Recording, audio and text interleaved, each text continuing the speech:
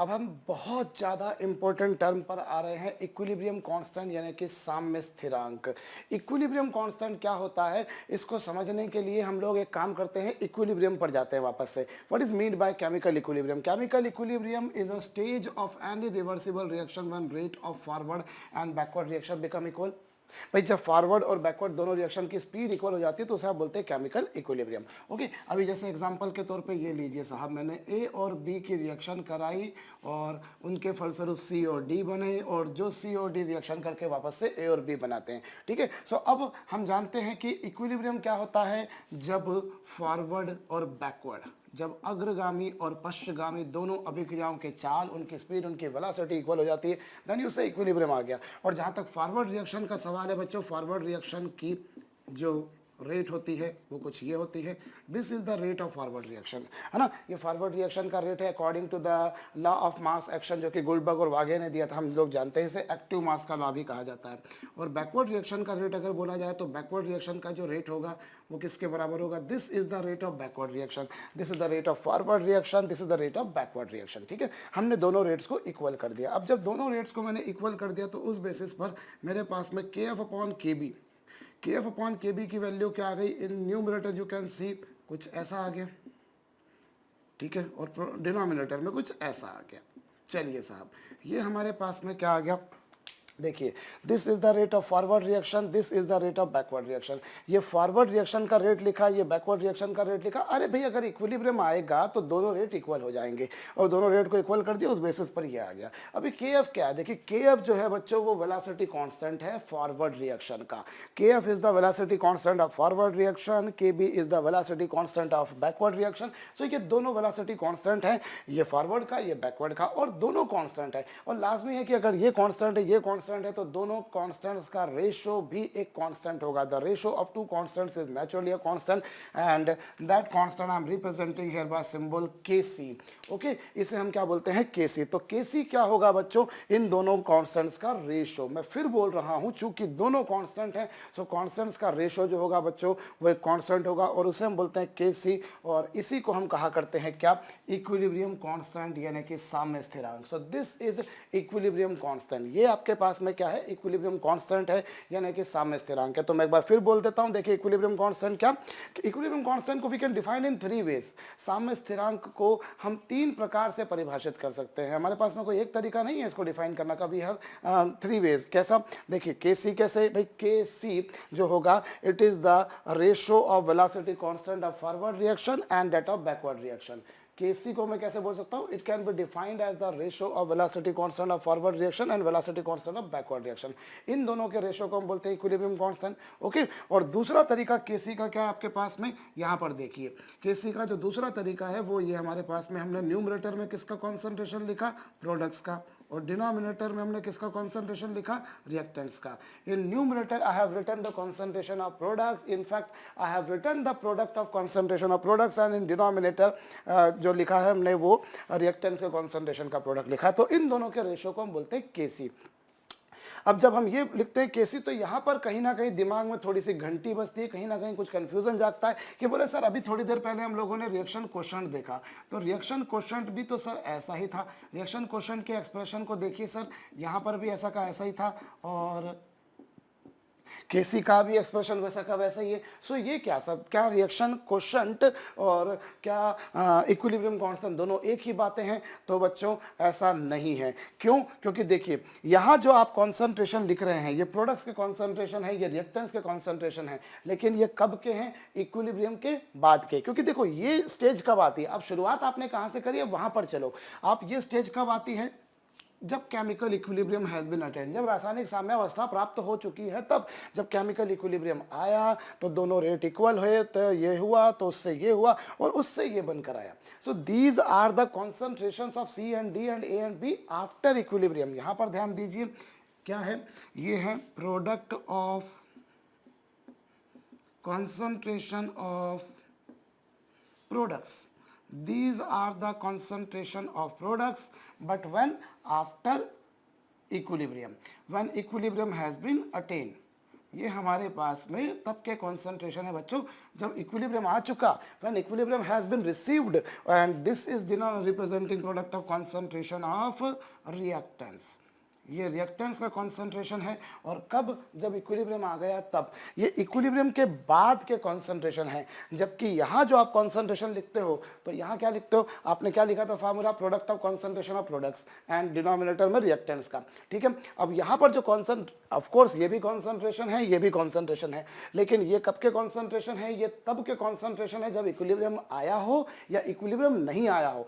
These are the concentrations of products and reactants even after equilibrium और even before equilibrium. पर यहाँ पर specifically आपको आफ्टर इक्विलिब्रियम ही लिखना है, क्योंकि देखिए ये वाली स्टेज जो हमने लिखी है, rate of forward and backward reaction equal, ये तभी होता है जब इक्विलिब्रियम आया हो। इक्विलिब्रियम पहले अगर नहीं आया है तो क्या आप ये लिख सकते हो? कतई नहीं लिख सकते। You can write this thing only when you have got the equilibrium. So ये तुम्हें ध्यान रखना पड़ेगा कि अगर इक्विलिब्रियम आया है तभी ये होगा। तो यहाँ पर जो केसी में हमने जो लिखा वो इक्विलिब्रियम के बाद के लिखे। सो इक्विलिब्रियम कांस्टेंट को जैसा मैंने कहा कि I can define in 3 ways. पहला, it is defined as the ratio of velocity constant of forward and backward reaction, एक तरीका। दूसरा, I can define as the ratio of product of concentration of products and those of reactants, इसे आप दूसरा तरीका बोल दीजिए। और तीसरा तरीका हम क्या बोल सकते हैं, अभी हमने रिएक्शन क्वेश्चन में पढ़ा था कि जब कभी हम किसी रिवर्सिबल रिएक्शन के बारे में बात करते हैं और टाइम और रिएक्शन क्वेश्चन के बीच में ग्राफ बनाते हैं तो अमूमन ग्राफ जो बनता है वो ऐसा बनता है, जिसमें जैसे जैसे टाइम आगे बढ़ता है वैसे वैसे ये दोनों बढ़ते हैं, ये दोनों घटते हैं। डिनोमिनेटर के घटने के कारण क्यू बढ़ता है और न्यूमरेटर के बढ़ने के कारण भी क्यू बढ़ता है, तो रिएक्शन क्वेश्चन बढ़ते जाता है। लेकिन जब इक्विलिब्रियम आ जाता है तो ये वैल्यू में कोई चेंज नहीं आता, ये वैल्यू में कोई चेंज नहीं आता। So this ratio comes out to be a constant quantity and ये स्टेज कब आती है, जब इक्विलिब्रियम आ गया। सो जैसे जैसे टाइम आगे बढ़ता है बच्चों वैसे वैसे रिएक्शन क्वेश्चन बढ़ता है और इक्विलिब्रियम आ जाने के बाद रिएक्शन क्वेश्चन की value as you can see becomes constant. And what is the value of that constant, वो कांस्टेंट क्या आया, उस कांस्टेंट को हम कहते हैं बच्चों क्या, equilibrium constant.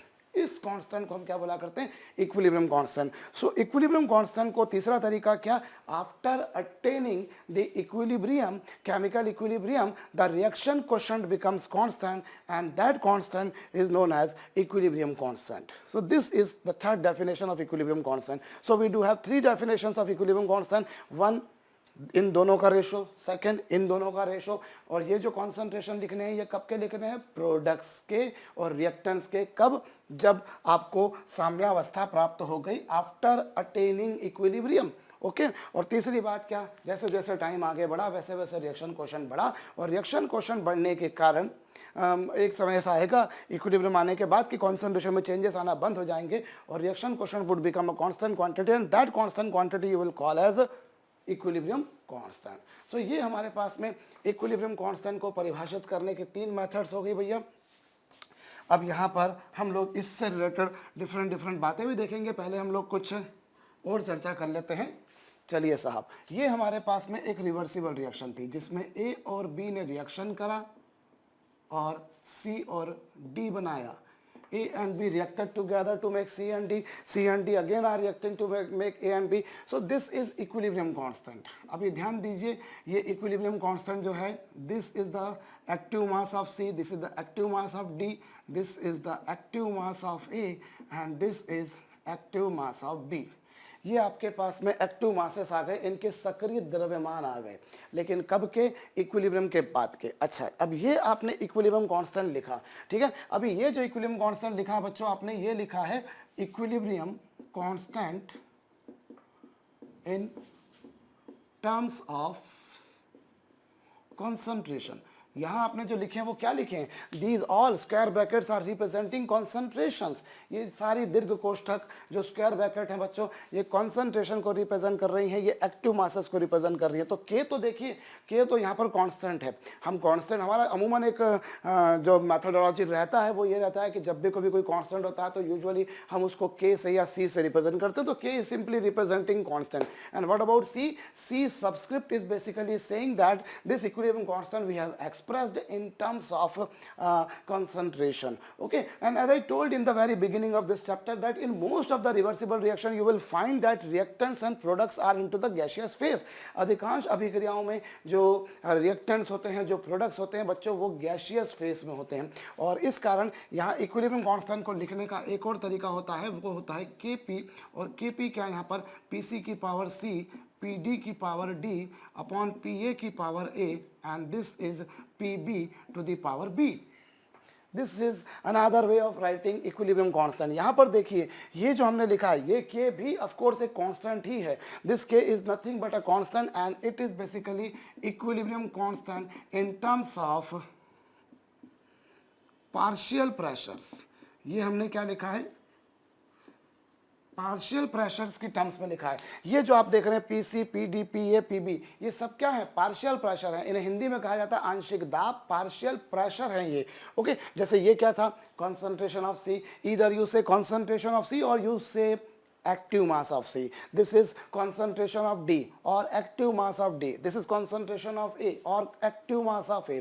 This is concentration of B or active mass of B. वैसे ही ये C का, D का, A का और B के पार्शियल प्रेशर्स हैं, उनके आंशिक दाब हैं।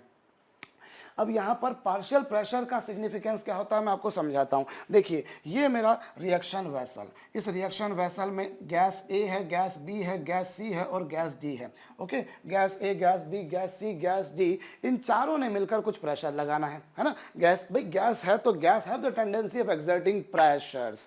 गैस के मॉलिक्यूल लगातार रिएक्शन की वेसल की दीवारों से टकराते रहते हैं, और टकराएंगे तो मोमेंटम में ट्रांसफर होगा, मोमेंटम में ट्रांसफर होगा तो फोर्स लगेगा, फोर्स लगेगा तो force per unit area pressure लगेगा। तो यहां प्रेशर लग रहा है, gas A is exerting some pressure, gas B is exerting pressure. अब क्या करूं मैं, चारों गैसें मिलकर कुछ ना कुछ प्रेशर लगा रही हैं। अब अगर मैं क्या करूं, तीनों गैस को बी सी डी को निकाल दूं, और इस इतने वॉल्यूम में वही का वही वॉल्यूम रखा, मैंने तीनों गैस को निकाल दिया, और गैस ए अकेली जितना प्रेशर लगाएगी बच्चों, गैस ए जितना प्रेशर लगाएगी वो कहलाएगा ए का partial pressure. Partial pressure of any gas is basically the pressure exerted by the alone gas at the very same temperature and the very same volume।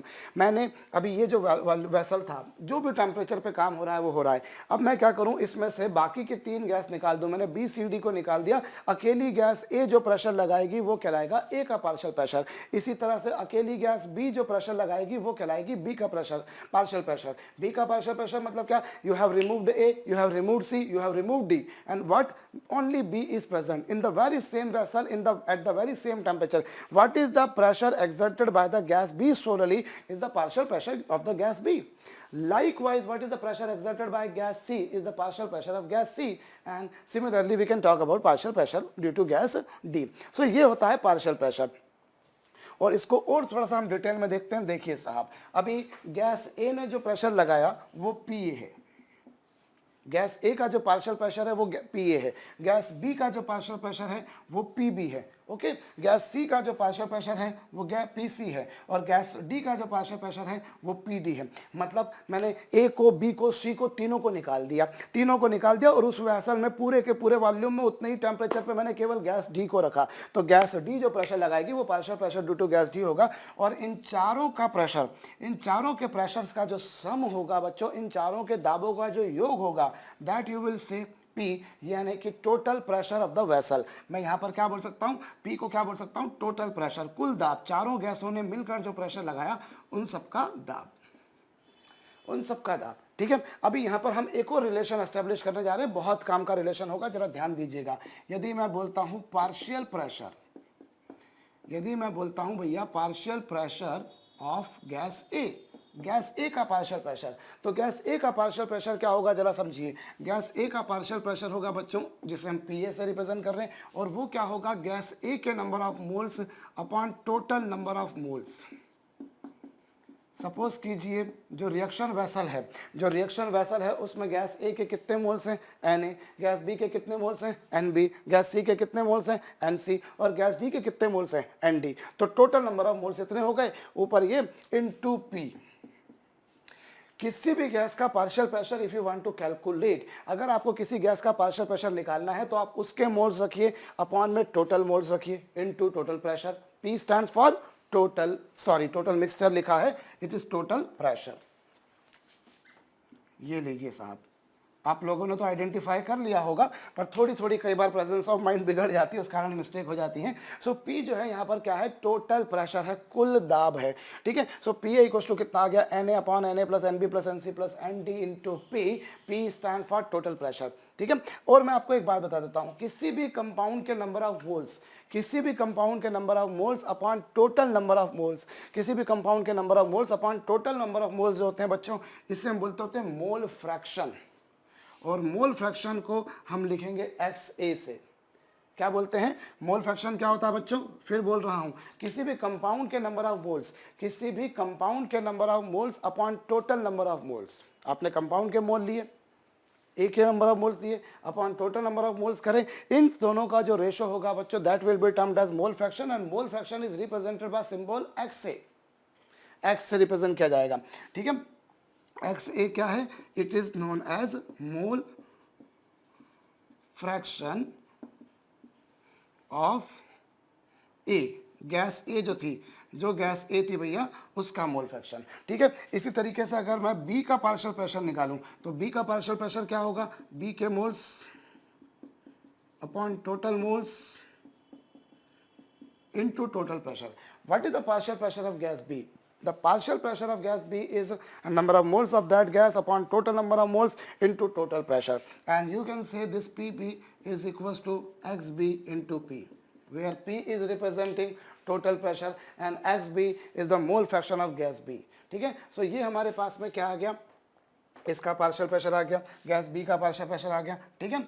ऐसे ही यदि मैं गैस सी के लिए बात करता हूं, यदि मैं गैस सी के लिए बात करता हूं, तो गैस सी का पार्शियल प्रेशर क्या होगा, गैस सी का पार्शियल प्रेशर होगा उसके moles upon total moles into total pressure. तीनों गैसों को निकाल दिया, ए को निकाल दिया, बी को निकाल दिया, डी को निकाल दिया। तीनों गैसों को निकाल देने के बाद अकेली गैस सी जो बचेगी, वो जितना प्रेशर लगाएगी, उस प्रेशर को हम बोलते होते हैं पार्शियल प्रेशर, और पार्शियल प्रेशर को ये लिख दिया मैंने x C into P, where x C is representing mole fraction of C. Likewise यदि मैं पी डी के बारे में बोलता हूँ, तो पी डी क्या होगा, गैस डी का पार्शियल प्रेशर, ये लीजिए साहब, गैस डी का partial pressure into total pressure, and which is naturally equals to X D into P. So this is the partial pressure of gas C, this is the partial pressure of gas D. Okay, so ये हमने partial pressures निकाले। Okay, तो हमने equilibrium constant जो है बच्चों दो तरह के देखे। एक हम लोगों ने देखी है, मैं फिर बोल रहा हूँ, यहाँ पर ये जो आपके पास में था, ये जो रिएक्शन थी, इसमें हमने देखा इसका equilibrium constant. We have seen its two types of equilibrium constant. One equilibrium constant I write in terms of concentration, which is written as, numerator में you write the concentration of products, in denominator you write the concentration of reactants। numerator में मैंने products को लिखा और denominator में मैंने reactants को लिखा। और जब Kp के बारे में बात करते हैं तो ये Kp था, ठीक है। और यहाँ पर पार्शियल प्रेशर के क्या तात्पर्य थे वो मैंने यहाँ पर लिख दिया, तो ये Kp था और ये Kc था। अब यहाँ पर हमने Kp और Kc लिख दिया भैया। One equilibrium constant is in terms of concentration, while another one is in terms of partial pressure. Now we have one more important thing over here. मैं यहाँ पर जो है इनके बीच में रिलेशन भी एस्टेब्लिश कर सकता हूँ। We have a very important relation between these two quantities. और वो रिलेशन कैसे निकाला जा सकता है, उसके लिए हम लोग एक काम करते हैं। I want to establish a relation between these two, जो कि काफ़ी काम का होता है। और उसके लिए हम लोग आते हैं आइडियल गैस इक्वेशन पर। आइडियल गैस इक्वेशन जो कि सिर्फ और सिर्फ आइडियल गैसेस के लिए होती है, जो कि बॉयल्स लॉ को, चार्ल्स लॉ को और गे-लुसाक्स लॉ को फॉलो करके बनाई गई है। आप लोग केमिस्ट्री में गैसियस स्टेट में या फिजिक्स में काइनेटिक थ्योरी ऑफ गैसेस में इसको पढ़ पाते होंगे। Ideal gas equation which is given by PV equals to NRT. PV equals to क्या, NRT. Okay, P stands for pressure, V stands for volume, N stands for number of moles, R universal gas constant, और capital T जो होता है बच्चों वो यहाँ पर होता है टेम्परेचर। ठीक है, देखिए P प्रेशर है, V वॉल्यूम है। अगर नहीं पता हो तो मैं लिख देता हूँ एक एक बात। चलिए, P जो है बच्चों वो यहाँ पर क्या है, प्रेशर है। ओके, V क्या है यहाँ पर, volume of the vessel. Okay, N क्या है, नंबर ऑफ मोल्स, मोलों की संख्या। आर क्या है यहाँ पर, R is universal gas constant. Universal gas constant का वैल्यू जो होती है ये हर किसी गैस के लिए सेम होती है। Its value is same for all the gases. हर किसी गैस के लिए इसकी वैल्यू सेम होती है बच्चों, और इसकी वैल्यू कितनी होती है? इट्स वैल्यू इज 8.314 जूल पर मोल पर केल्विन। आइदर यू से इतना, ठीक है, या फिर इसकी वैल्यू जो होती है वो होती है 2 कैलोरीज पर मोल पर केल्विन। ओके, या इसकी वैल्यू जो होती है बच्चों 0.0821 एटमॉस्फेयर लीटर पर मोल पर केल्विन। सो ये सभी हमारे पास में आर की वैल्यूज हैं। सो ये ठीक है, ये आइडियल गैस इक्वेशन है, और इस आइडियल गैस इक्वेशन की मदद से हम Kc और Kp में रिलेशन को एस्टेब्लिश कर सकते हैं। और कैसे कर सकते हैं, चलिए साहब उस बारे में हम लोग बात करते हैं। तो देखिए Pv इक्वल टू nRT था। अब यहां से आपके पास में P इक्वल टू कितना आ गया? P इक्वल टू आ गया N/V RT आ गया। P इक्वल टू कितना आ गया भाई? मैंने V से डिवाइड कर दिया। सो ये number of moles upon volume. Okay, और P equal to N/V into RT हो गया। अभी आप जानते हैं बच्चों कि यहाँ जो ये है P प्रेशर है, और number of moles, N is number of moles, और V क्या? वॉल्यूम। और नंबर ऑफ मोल्स और वॉल्यूम इन दोनों का जो रेशो होता है बच्चों, इन दोनों के रेशो को हम बोला करते हैं कॉन्सेंट्रेशन, मोर एलाबोरेटली मोलर कॉन्सेंट्रेशन, और even you speak active mass. तो ये कॉन्सेंट्रेशन हो गया जिसे हम लोग स्क्वायर ब्रैकेट पे रिप्रेजेंट करते आ रहे हैं, हम लोग देख रहे हैं। सो ये आपके पास में P equal to N/V into RT, so that P equal to concentration into RT। Correct, ये आपके पास में रिलेशन आ गया। अब इस बेसिस पर आप क्या कर सकते हो, जरा देखो। अभी आपको ये रिलेशन आ गया, तो अब जैसे अगर आपको मान लीजिए A का पार्शियल प्रेशर लिखना है, तो A का पार्शियल प्रेशर में क्या होगा? A का कॉन्सेंट्रेशन इंटू RT। करेक्ट भाई, A का पार्शियल प्रेशर जब मुझको लिखना है तो मैं A का कॉन्सेंट्रेशन लिखूंगा इंटू RT लिखूंगा। भाई ये कॉन्सेंट्रेशन है ना, और गैस A के लिए गैस A लिखूंगा। ऐसे ही गैस B के लिए गैस B का कॉन्सेंट्रेशन, ऐसे ही गैस C के लिए गैस C का कॉन्सेंट्रेशन, और ऐसे ही गैस D के लिए गैस D का कॉन्सेंट्रेशन।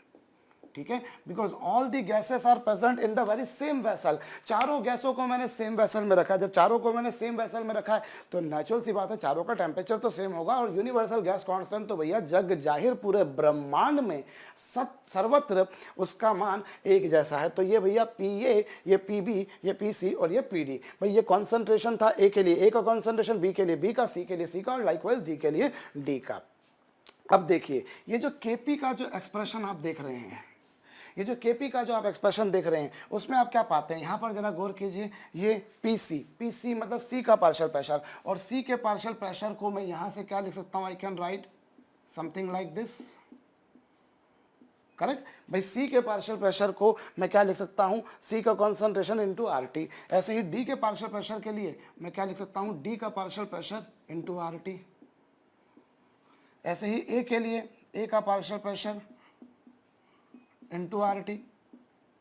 ठीक है, और गैस B के लिए गैस B का पार्शियल प्रेशर इंटू RT। ठीक है साहब, अभी क्या करा आपने? यहाँ पर आपने गैस C का लिखा, ये देखिए PC C के लिखा, PD गैस D के लिखा, PA गैस A के लिखा, PB गैस B के लिखा। तो आपने चारों गैसेस के लिख दिया। इस तरह से आपने चारों गैसेस के लिख दिया। अब आप क्या पाते हैं, जरा उस पर बात करते हैं हम लोग। देखिए अभी हम ने जो है यहाँ पर यदि आप गौर करें तो मैं इसे क्या लिख सकता हूँ? मैं यहाँ पे मिटा ही देता हूँ, एक काम करता हूँ, मेरे पास थोड़ी सी जगह कम बचेगी अदरवाइज। ये देखिए साहब, अभी ये क्या हो जाएगा? C की पावर C इंटू RT की पावर C। करेक्ट भाई, ये क्या हो गया? C की पावर C इंटू RT की पावर C, और ये क्या हो जाएगा? D की पावर D इंटू RT की पावर D। ठीक है, ये C की पावर C हो गया, C की पावर C, RT की पावर C, ये D की पावर D, RT की पावर D, और अपॉन में क्या? अपॉन में you can see it is A की पावर A इंटू RT की पावर A, और ये B की पावर B इंटू RT की पावर B। करेक्ट भाई, देखिए ये क्या हो गया? C to the power C RT की पावर C, ये D की पावर D RT की पावर D, अपॉन में A की पावर A RT की पावर A, B की पावर B RT की पावर B। अभी इसको मैं क्या लिख सकता हूँ? देखिए अगली स्टेप में जरा इस पे गौर कीजिए, तो अगली स्टेप में क्या हो जाएगा? This will become C to the power C into D to the power D। ठीक है, ये C की पावर C, D की पावर D, और साथ में डिनोमिनेटर में क्या? A की पावर A, B की पावर B, गौर कीजिए भाई, ये क्या हो गया, this is c to the power c, this is d to the power d, this is a to the power a, this is b to the power b। और जहां तक और सवाल है तो देखिए ये rt की पावर c है, ये rt की पावर d है, so this will become rt की पावर c प्लस d। ये rt की पावर क्या हो गया, c प्लस डी हो गया। कैसे हो गया c प्लस डी, भाई यहाँ पर c था, यहाँ पर d था, और जब बेस सेम होता है तो पावर ऐड होती है, और पहला है rt की पावर c, दूसरा rt की पावर d, तो बेस सेम होने पर पावर ऐड कर दी। लाइकवाइज यहाँ पर भी ये बेस सेम है, rt की पावर कितनी बच्चों, a plus B. So this is rt to the power c plus D, this is rt to the power a plus B. अभी आप देखिए मैंने क्या करा, मैंने सिंपली स्प्लिट किया है, c की पावर c, d की पावर d, a की पावर a, b की पावर b, और डिनोमिनेटर में rt की पावर a है, rt की पावर b है। जब बेस सेम होता है तो पावर ऐड होती है, यहाँ पर भी जब बेस सेम होता है तो पावर ऐड होती है। और आप यहाँ पर ध्यान दीजिए, तो ये जो एक्सप्रेशन बनकर आया है बच्चों, आप ध्यान दीजिए, मैंने तो मिटा दिया यहाँ पर से, लेकिन आपकी कॉपी में लिखा है ये जो एक्सप्रेशन है, this expression is, left hand side तो kp है और राइट हैंड साइड में क्या बन गया, ये पूरा बन गया आपके पास में kc बन गया, ये पूरा आपके पास में क्या बन गया साहब, kc बन गया। और यहाँ पर बाकी में देखिए तो rt की पावर c प्लस डी है, और दूसरे में rt की power minus of a plus B है बच्चों। ये क्या है, rt की पावर c प्लस डी और rt की power minus a plus B. अरे जब पावर डिनोमिनेटर से न्यूमरेटर में जाएगी तो हम जानते हैं कि भैया वो नियम क्या कहता है कि वो नेगेटिव हो जाएगी,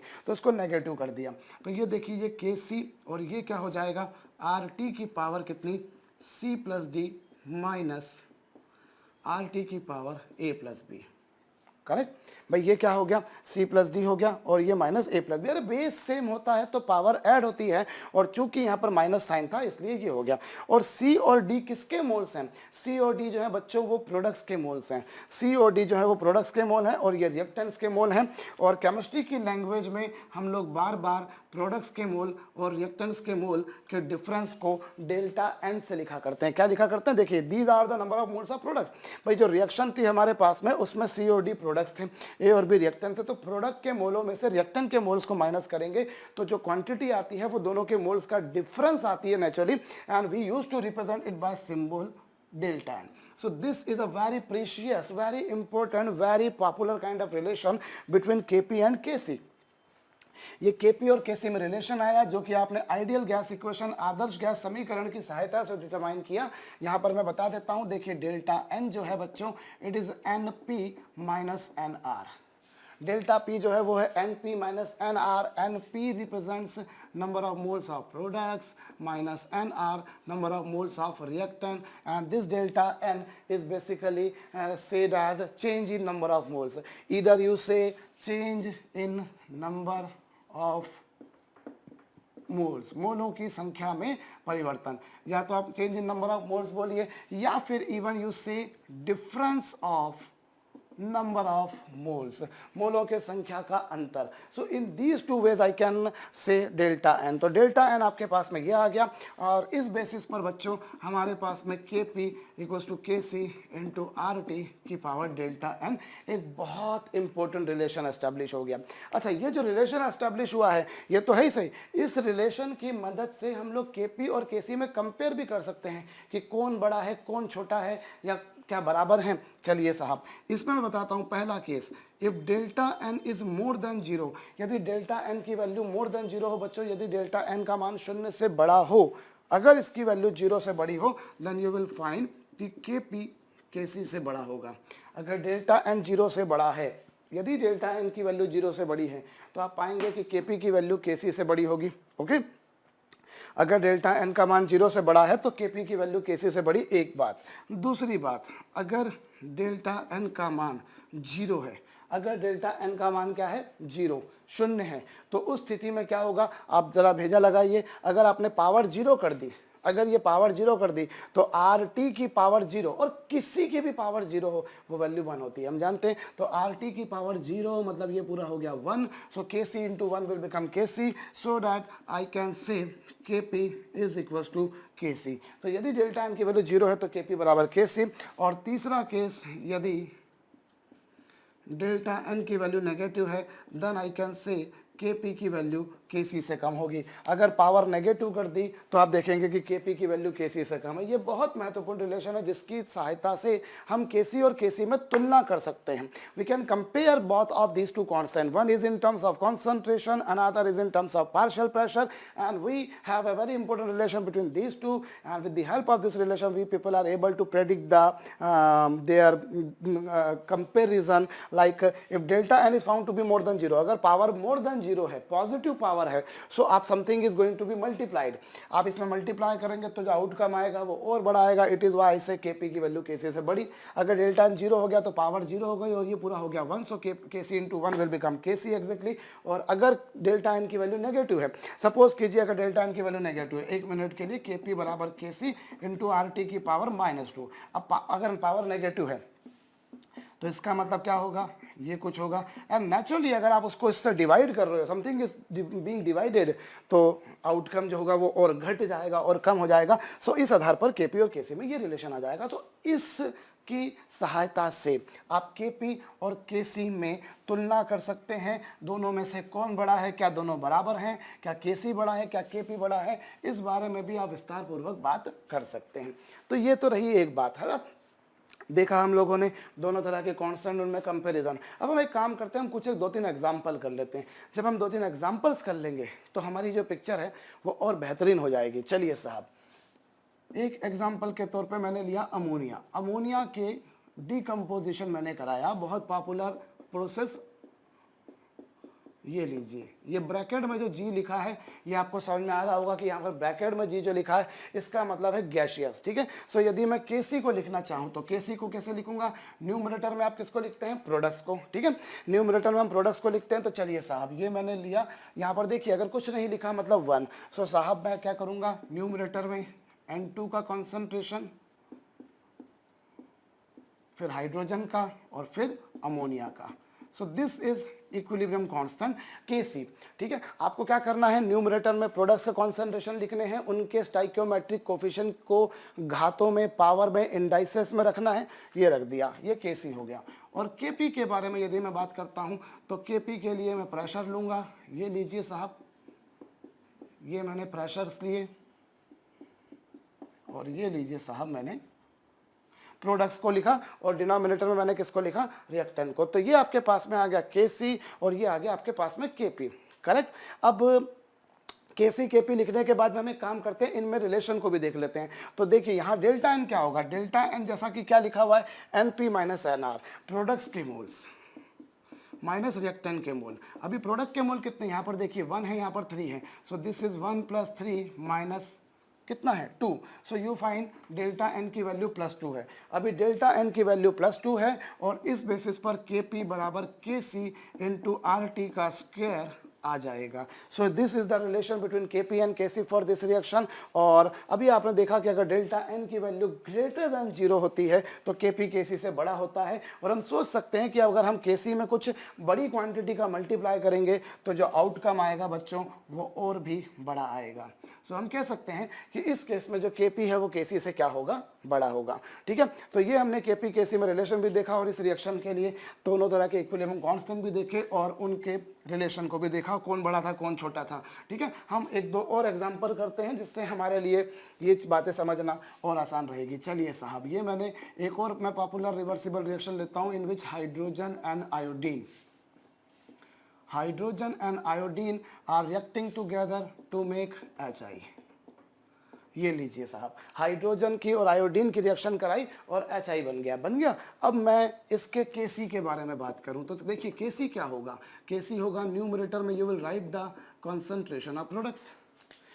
न्यूमरेटर में किसको लिखा, मैंने प्रोडक्ट को लिखा, और डिनोमिनेटर में मैंने किसको लिखा, रिएक्टेंट्स को। और देखिए ये रिएक्टेंट को लिखा, H2 को लिखा, I2 को लिखा। और आप यहाँ पर एक बात देखिए, ये प्रोडक्ट में कौन है, HI का स्टाइकियोमेट्रिक कोफिशिएंट 2, तो मैंने पावर 2 रखी। अभी हाइड्रोजन के आगे कुछ नहीं लिखा, मतलब क्या लिखा है, 1 लिखा है। आयोडीन के आगे कुछ नहीं लिखा, मतलब क्या लिखा है, 1 लिखा है। तो 1 को मैंने पावर में चढ़ा दिया। अगर पावर में 1 नहीं भी लिखूँ तो क्या वो गलत होगा, बिल्कुल नहीं होगा। तो ऐसा भी कर सकते हैं एनीवेज। और ये Kp के बारे में बात करें तो न्यूमरेटर में हम प्रोडक्ट्स को लिखेंगे, डिनोमिनेटर में हम रिएक्टेंस को लिखेंगे और उनके जो भी कोई स्टाइकियोमेट्रिक कोफिशिएंट्स होंगे, हमारी ड्यूटी, हमारा कर्तव्य, हमारा फर्ज बनता है कि हम उसको भी पावर में चढ़ाएं, ठीक है, जो स्टाइकियोमेट्रिक कोफिशिएंट होंगे। तो ये आ गया केसी और ये केपी। अब बारी आती है इनके रिलेशन की, तो उसके लिए मैं डेल्टा एन निकालता हूँ और डेल्टा एन होता है N P minus N R, और पी में कितना 2 और आर में कितना 1 और ये भी कितना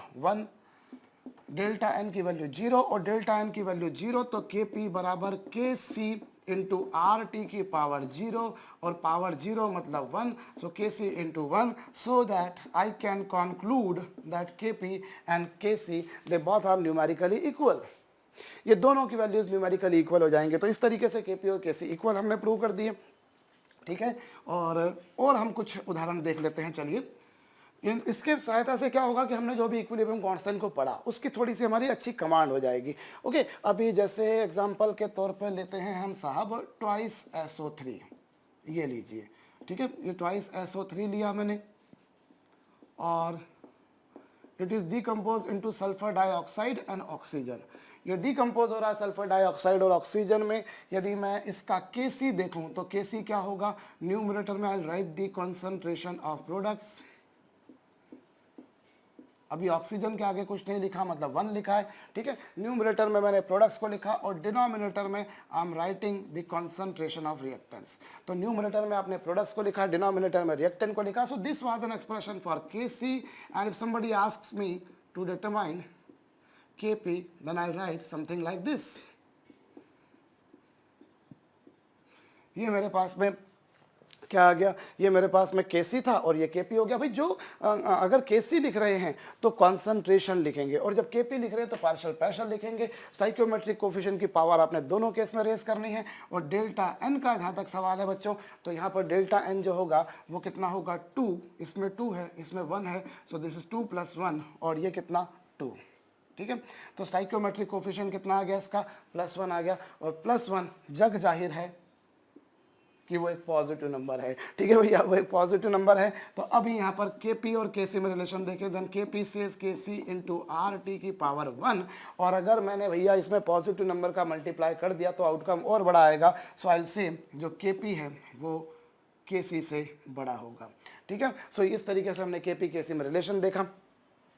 तो ये हमने कुछ उदाहरण देखे। अभी हम थोड़ा सा हमारे ज्ञान के चक्षुओं को और खोल लेते हैं और थोड़ी सी और बात कर लेते हैं। जैसे देखिए, एक एग्जांपल के तौर पे मैंने लिया साहब कैल्शियम ऑक्साइड सॉलिड स्टेट पे जब कार्बन डाइऑक्साइड से मिलता है तो ये बनाता है CaCO3 यानी कि लाइमस्टोन, जिसे चूने का पत्थर भी कहा जाता है, आप जानते होंगे, ठीक है। अभी हमने यहाँ पर देखिए, अभी तक जो पिछले 3 एग्जाम्पल आप लोगों ने पढ़े, अमोनिया की प्रोसेस पढ़ी, HI की प्रोसेस पढ़ी, सल्फर ट्राइऑक्साइड की प्रोसेस पढ़ी, इन तीनों में बाई चांस जितने रिएक्टेंट्स थे वो प्रोडक्ट्स थे वो सारे गैसियस फेस में थे। पर यहाँ पर ये देखिए सॉलिड है और ये भी सॉलिड है। ध्यान दीजिए, जब इक्विलिब्रियम कांस्टेंट के एक्सप्रेशन को लिखते हैं तो जो सॉलिड होते हैं उनको नहीं लिखा जाता। या तो मैं यूं कहूं या मैं यूं कहूं कि जो सॉलिड है एज सच, अगर मैं पूछूं आपसे कि इसका स्टाइकियोमेट्रिक कोफिशिएंट कितना, तो आप बोलेंगे सर 1। अगर कुछ नहीं लिखा मतलब 1, लेकिन बच्चों जब सॉलिड हो तो उसके स्टाइकियोमेट्रिक कोफिशिएंट को 0 लिखा जाएगा। ये ध्यान रखना है।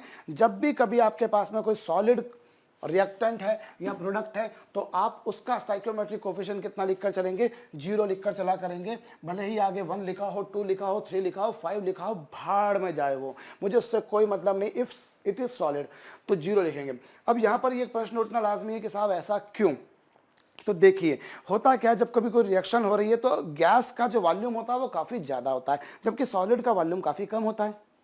भाई सॉलिड का वॉल्यूम काफ़ी कम है और गैस का वॉल्यूम काफ़ी ज़्यादा है। तो अगर गैस के अमाउंट में चेंज आता है तो हमको दिखता है कि हाँ यार चेंज आया, लेकिन सॉलिड तो बेचारा पहले से इतना सा है। अब उसमें भी अगर इतना सा हो भी जाए तो क्या मालूम पड़ेगा कि कुछ हुआ कि नहीं। भाई गैस इतनी थी, इतने से इतनी हो गई तो दिख रहा है कि हाँ यार पहले इतनी सारी थी ना, अब इतनी हो गई यार, ठीक है भैया। लेकिन जब अगर आप सॉलिड के बारे में बोलते हो, पहले सॉलिड इतना था उससे इतना भी हो गया, तो क्या मालूम पड़ेगा, नहीं सूझ पड़ेगी, नहीं समझ पड़ेगी।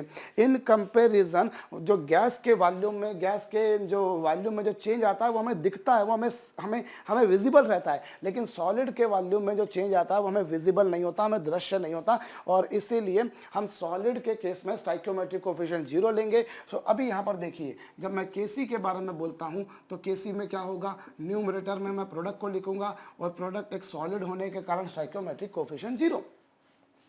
ठीक है, यहाँ पर देखिए ये CaO इसका स्टोइकियोमेट्रिक कोफिशिएंट 0 और ये CO2 इसका स्टोइकियोमेट्रिक कोफिशिएंट 1, क्योंकि ये गैस है। ठीक है, सो ये पावर 0 हो जाने के कारण साहब क्या हो जाएगा, ये हो जाएगा।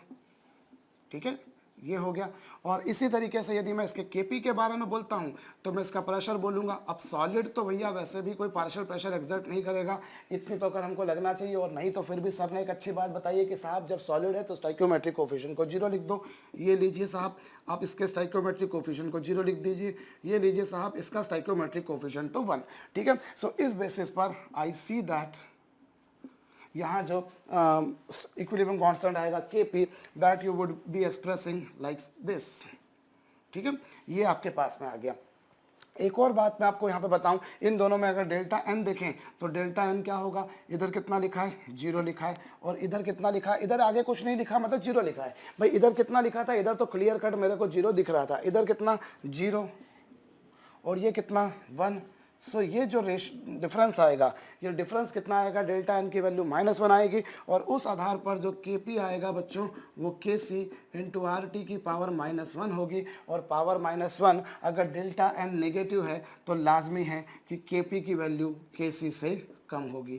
सो ये एक बात आपने और काम की देखी है बच्चों कि जब हम डेल्टा n निकालते हैं तो हम सिर्फ और सिर्फ गैस को लिखते हैं, अगर सॉलिड है तो उनके स्टोइकियोमेट्रिक कोफिशिएंट को हम 0 लिखेंगे, because in comparison of volume of gas, gas के वॉल्यूम के कंपैरिजन में, गैस के वॉल्यूम के कंपैरिजन में जो सॉलिड होते हैं उनके वॉल्यूम में कोई अप्रिशिएबल, कोई अबनॉर्मल चेंजेस नहीं मिलते। एक और एग्जांपल देख लेते हैं, चलिए साहब हम, जैसे ये कार्बन मोनोऑक्साइड का मैंने डिकम्पोजिशन किया समथिंग लाइक दिस, ये लीजिए, ये इसका डिकम्पोजिशन हुआ, तो ये किस पर डिकम्पोज हो रहा है, कार्बन। यहाँ पर कार्बन सॉलिड फॉर्म में है। कार्बन का सॉलिड फॉर्म से मतलब होता है कार्बन ग्रेफाइट में भी होता है, कार्बन डायमंड में भी होता है, और कार्बन जो है वो फ्लोरीन के रूप में भी होता है। तो हमारा बेसिकली यहाँ पर मतलब होता है कि ये है ग्रेफाइट के रूप में है। ओके, यहाँ पे कार्बन जो है वो ग्रेफाइट के रूप में है, और ग्रेफाइट के रूप में है तो मतलब वो सॉलिड है। ओके, या फिर सॉलिड है तो वो ग्रेफाइट है। डायमंड भी हो सकता है, पर अगर ऐसे नॉर्मल सी किसी केमिकल रिएक्शन में अगर डायमंड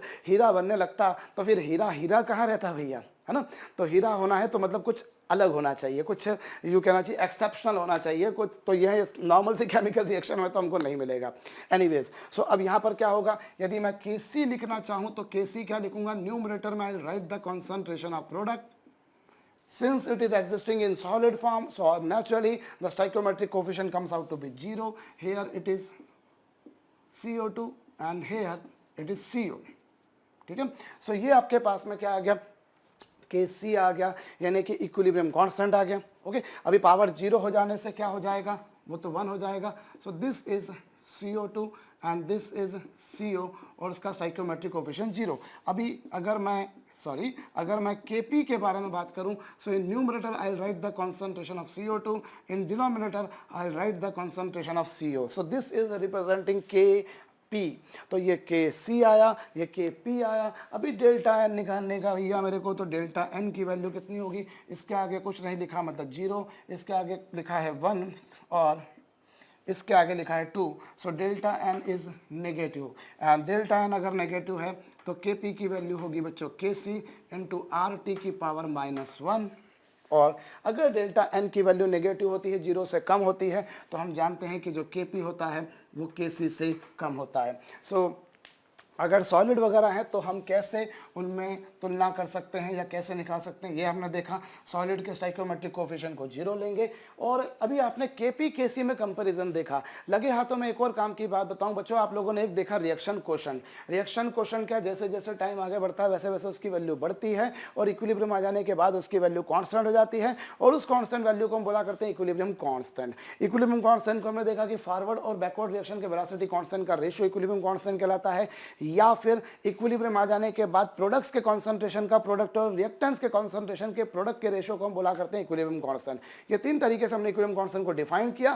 पर मैं लगे हाथ तो आपको एक बात बता दूं, आपने एक पढ़ा रिएक्शन क्वोशंट और आपने एक पढ़ा Kc इक्विलिब्रियम कांस्टेंट, इन दोनों के कंपैरिजन की भी बात हो सकती है। अभी Kp Kc का कंपैरिजन तो किया, लेकिन इन दोनों का कंपैरिजन भी हो सकता है, और वो कैसा हो सकता है उस बारे में हम लोग समझते हैं। सुनिए, अगर पहला केस मैं आपको बताता हूं, अगर मान लीजिए Q की वैल्यू Kc से ज़्यादा है। अगर कभी आपको दे रखा है कि किसी केस में जो रिएक्शन कोशेंट है उसकी वैल्यू ज़्यादा है और Kc की वैल्यू कम है, तो इसका तात्पर्य ये समझ लीजिएगा कि रिएक्शन जो है it is propagating in backward direction. अभी कौन सी रिएक्शन फेवरेबल चल रही है? रिएक्शन बैकवर्ड डायरेक्शन की जो होगी वो फेवरेबल चल रही होगी। ओके, अगर दोनों इक्वल हैं, अगर दोनों इक्वल हैं सो इसका मतलब ये होगा कि रिएक्शन जो है बच्चों अभी वो इक्विलिब्रियम में है, साम्यावस्था में है। ओके, और तीसरी बात, यदि अगर Q की वैल्यू Kc से कम है, अगर Q की वैल्यू रिएक्शन कोशेंट की वैल्यू Kc यानी इक्विलिब्रियम कांस्टेंट से कम है, तो इसका मतलब ये होगा बच्चों कि रिएक्शन जो है वो फॉरवर्ड डायरेक्शन में चल रही है। कौन सी डायरेक्शन में चल रही है? फॉरवर्ड डायरेक्शन में चल रही है। सो by the help of comparison between reaction quotient and equilibrium constant, अगर मैं रिएक्शन कोशेंट और इक्विलिब्रियम कांस्टेंट की वैल्यूज देखूं कि कौन ज़्यादा है कौन कम है, तो मैं रिएक्शन को प्रेडिक्ट कर सकता हूं। जैसे अगर मुझे मान लीजिए कोई क्वेश्चन में कोई डाटा दे रखा है कि साहब अभी सी का अमाउंट इतना है, डी का इतना, ए का इतना, बी का इतना है, बताओ फॉरवर्ड डायरेक्शन में रिएक्शन चल रही है कि बैकवर्ड डायरेक्शन में चल रही है कि इक्विलिब्रियम में है, तो मैं क्या करूँगा, मैं क्यू और Kc को निकालूंगा। अगर क्यू की वैल्यू Kc से ज़्यादा है, मतलब प्रोडक्ट जितना होना चाहिए प्रोडक्ट उससे भी ज़्यादा है, तो ऑब्वियस सी बात है भाई Q जो होता है वो क्या होता है? वो होता है न्यूमरेटर में यूराइट कॉन्सेंट्रेशन ऑफ प्रोडक्ट्स और डिनोमिनेटर में रिएक्टेंस के। ठीक है, ये हम लिखा करते हैं। अभी हम क्या करें, यदि हम इसमें क्या करें, अगर Q की वैल्यू Kc से ज़्यादा है, मतलब प्रोडक्ट जितना होना चाहिए था उससे ज़्यादा है, तो प्रोडक्ट जितना होना चाहिए था अगर उससे ज़्यादा है तो रिएक्शन बैकवर्ड डायरेक्शन में होगी।